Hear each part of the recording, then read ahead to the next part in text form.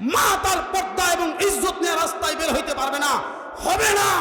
আমি মোল্লা ওমর এবং বাংলা পাকিস্তান উলামা আফগানিস্তান উলামায়ে কেরাম যতদিন জিন্দা থাকবে তা হইতে দিব না। 13 জন ছাত্র নিয়ে মোল্লা ওমর তার প্রতিবাদে নেমে গেলেন। প্রতিবাদ শুরু হলো, যুদ্ধ শুরু হলো। মোল্লা ওমর নেতৃত্বে আফগানিস্তানের মতো দেশে সেই 13 জন ছাত্রের বিপ্লবের বিনিময়ে আল্লাহ পাক কোরআনের শাসন কায়েম করে দিলেন। আফগানিস্তানে যখন মোল্লা ওমর 13 জন ছাত্র পড়াইতেছিলেন, পড়ানো অবস্থায় খবর আসছে একজন মহিলা রাস্তা দিয়ে যাচ্ছে। তখন মহিলার সর্বস্ব ছিনতাইকারী ডাকাতরা ডাকাতি করে নিয়ে গেছে এবং ওই মহিলাকে ধর্ষণ করে মেরে ফেলেছে। তখন মোল্লা ওমর 13 জন ছাত্র নিয়ে মাঠে নামলেন আর ঘোষণা দিলেন, এইভাবে তো একটা মুসলিম দেশ চলতে পারে না। কথা বলেন ঠিক না ঠিক? একজন মা তার ইজ্জত সম্ভ্রম নিয়ে রাস্তায় চলতে পারবে না, তাকে দর্শন করা হবে, তাকে গুম করা হবে, খুন করা হবে, তার সর্বস্ব লুটে দেওয়া হবে।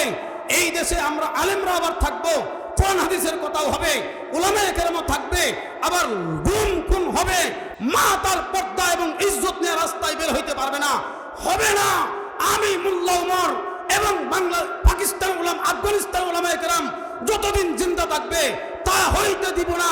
13 জন ছাত্র নিয়ে মোল্লা ওমর তার প্রতিবাদে নেমে গেলেন। প্রতিবাদ শুরু হলো, যুদ্ধ শুরু হলো। মোল্লা ওমর নেতৃত্বে আফগানিস্তানের মতো দেশে সেই 13 জন ছাত্রের বিপ্লবের বিনিময়ে আল্লাহ পাক কোরআনের শাসন কায়েম করে দিলেন। বাংলাদেশে কি এখন 13 জন নাকি শুধু? বাংলাদেশে বর্তমানে 3.5 লক্ষ মসজিদ, 40,000 মাদ্রাসা, 13 জন আলেম না, বাংলাদেশে 35 লাখের অধিক উলামায়ে কেরাম। বলেন আলহামদুলিল্লাহ।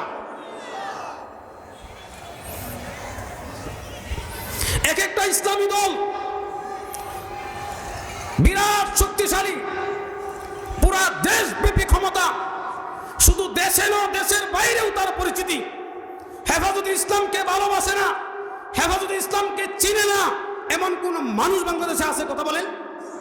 হেফাজতে ইসলাম যদি ডাক দেয়, জুলাইয়ের যে বিপ্লব হয়েছিল, যদি আরেকটা বিপ্লবের প্রয়োজন হয়, হেফাজতে ইসলাম ডাক দেয়। 13 সালে যেভাবে 70 লক্ষ তাওহীদি জনতা শাপলা চত্বরে জমা হয়েছিল, আবার যদি হেফাজতে ইসলাম ডাক দেয়, মোল্লা ওমরের মতো বাংলাদেশে কোরআনের শাসন কায়েম করতে হবে।